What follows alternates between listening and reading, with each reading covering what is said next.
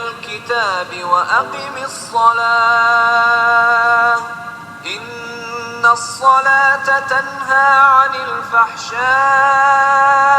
والمنكر ولذكر الله أكبر والله يعلم ما تصنعون.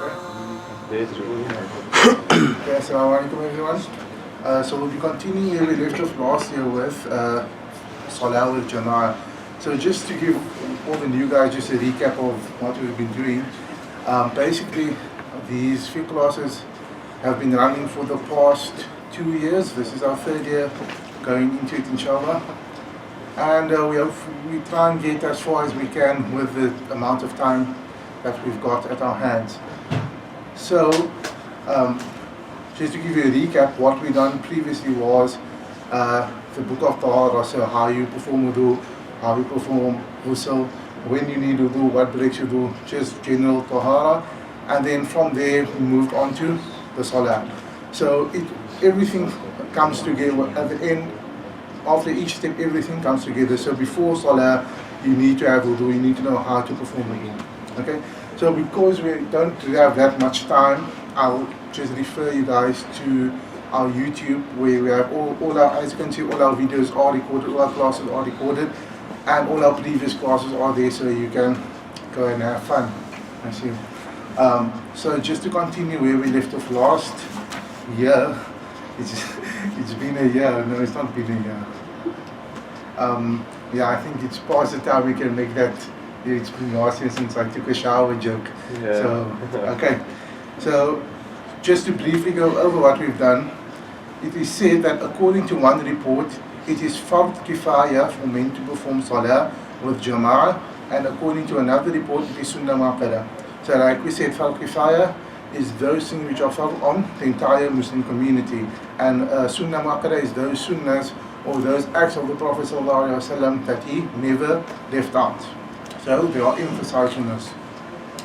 So this applies to all jama'ahs except Jumu'ah, so Jumu'ah on a Friday, which according to all reports is fard upon every male in a town where all the requirements for Jumu'ah are found. So later on we'll have a look at the requirements for Jumu'ah Salah, how many people have to be present, etc. So Salah with Jama'ah is greatly rewarded. It is said that one fard Salah with Jama'ah is 20 times more in reward than a single Salah made alone. Then you get certain places in the world where your Salah is you gain even more reward. So for instance, if you make Salah in Masjid al-Nabawi, if you make Salah in Qiblatain, so if you make Salah in the Haram, the 2 Haramain, so there are certain places in the world where your Salah is even more rewardful than when you perform it in Jama'ah. Okay? So I'm just skimming over the few topics or aspects we looked at, because we have covered these in the previous video that we made last year. Okay? So it is also said in Jama'ah, the Musalli should stand in such a manner that his heels is behind that of the Imam. Okay? So we've covered this, I'm just going through what we've done. And then also when the Jama'ah consists of one Muqtadi, and the Muqtadi should stand next to the Imam on the Imam's right hand side behind the Imam. So you stand on the right behind the Imam with your heels behind the heels of the Imam. Now with regard to forming a new saf, so once the first saf, the first row is completed, the new saf is started before the preceding one is fully occupied. If a new saf is started before the preceding one is fully occupied, those in the new saf would also lose the reward of Jama'ah. So if you start a new saf before the former saf is complete, the reward for Salah is lost. When a person joins the Imam while the Jama'ah is in the last tahiyyat, so the last sitting, and the Imam ends his Salah with the salam, before he could sit down to join the tahiyyah, the Muqtadi should not break off his Salah. He should continue his Salah with the same niyyah to obtain the reward of Jama'ah. So if a person performs his Salah behind a certain Imam one or more times and then discovers that the Imam is a kafir, Allah forbid us, he must repeat all those Salahs he made behind that Imam. A man may not follow a woman in Salah A Qari, one who recites the Quran properly, may not follow one who is unable to recite the Fatiha properly. Remember, the Fatiha is one of the faraid of the Salah. So that's the least that you need to be able to recite properly. It does not matter if he is unable to recite properly other ayahs or surahs besides the Fatiha. Thus, if a man discovers that the Imam was a woman, or that the Imam could not recite the Fatiha correctly, he must repeat those salahs.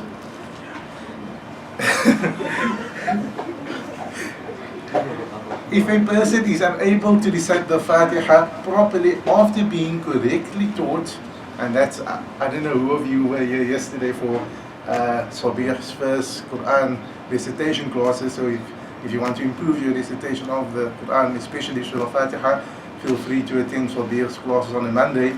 But besides advertising, so if a person is able to recite the Quran, is not able or is able to recite the Fatiha properly after being correctly taught, and in spite of this, he still makes no effort to read it well, then his salah will not be correct due to wrong recitation. On the other hand, if in spite of studying, he is still not able to pronounce words properly, he is excused but does not qualify to lead a jama'ah. However, such a person may perform imamat if all the jama'ah are weaker in qira'ah than him. So, like we said, the minimum you should be able to recite is the Surah Fatiha. If your level of recitation is the highest amongst the jama'ah, although yours is not perfect, you then qualify to perform the salah, and that's your minimum qualification. So when you apply to university, whichever degree, there's a minimum qualifications to be able to lead the salah, to be able to get into whatever faculty, there's a minimum, and for the salah, that is the Surah Fatiha. The muqtadi must make his niyyah after the Imam had recited his takbir. When he does it together with the Imam or before the Imam, the muqtadi salah is batil.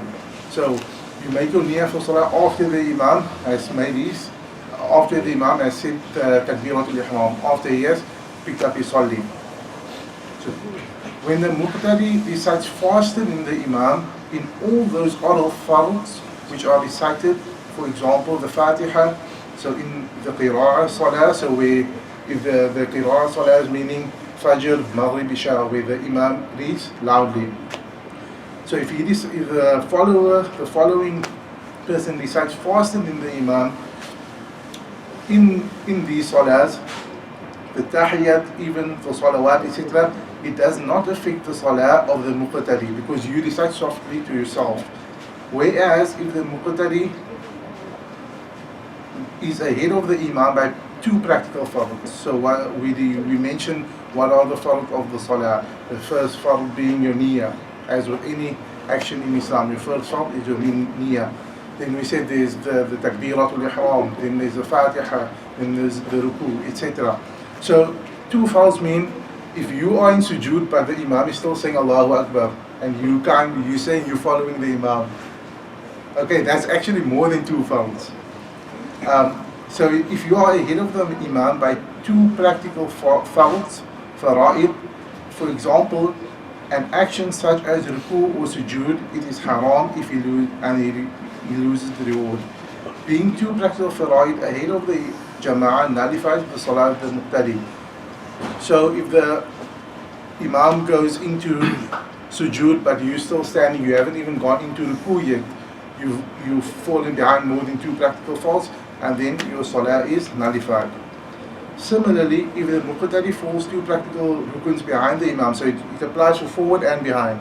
Behind the Imam, his salah becomes batil. However, if there is any valid reason for lagging behind, like an unmindfulness or your mind wanders during salah, old age, you can't move so easily anymore, illness, or because he cannot recite the Fatiha any faster, or that he had forgotten to recite it, and because he started late, he fell behind, then such a person is allowed to be three practical rukuns behind the Imam.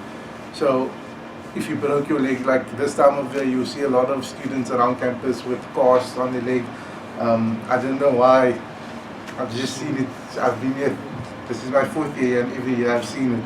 So if you are one of those unfortunate people with a broken leg, obviously you won't be, if you won't be as agile as the other person, and you will most probably lag behind in the salah. Also, if for any of the aforementioned reasons one lags behind the imam for more than 3 fara'id, he should leave his own tartib of salah and then join the tartib of the imam.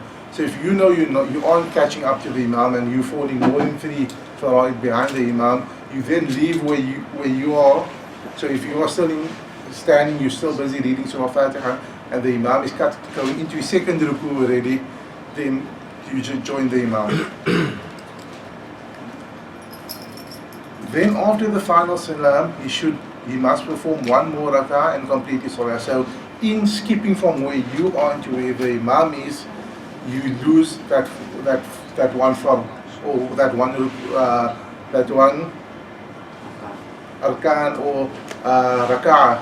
You miss that one, and then you have to perform it at the end. So the same as if you join the salah late, you then have to perform whatever rak'ah you missed out.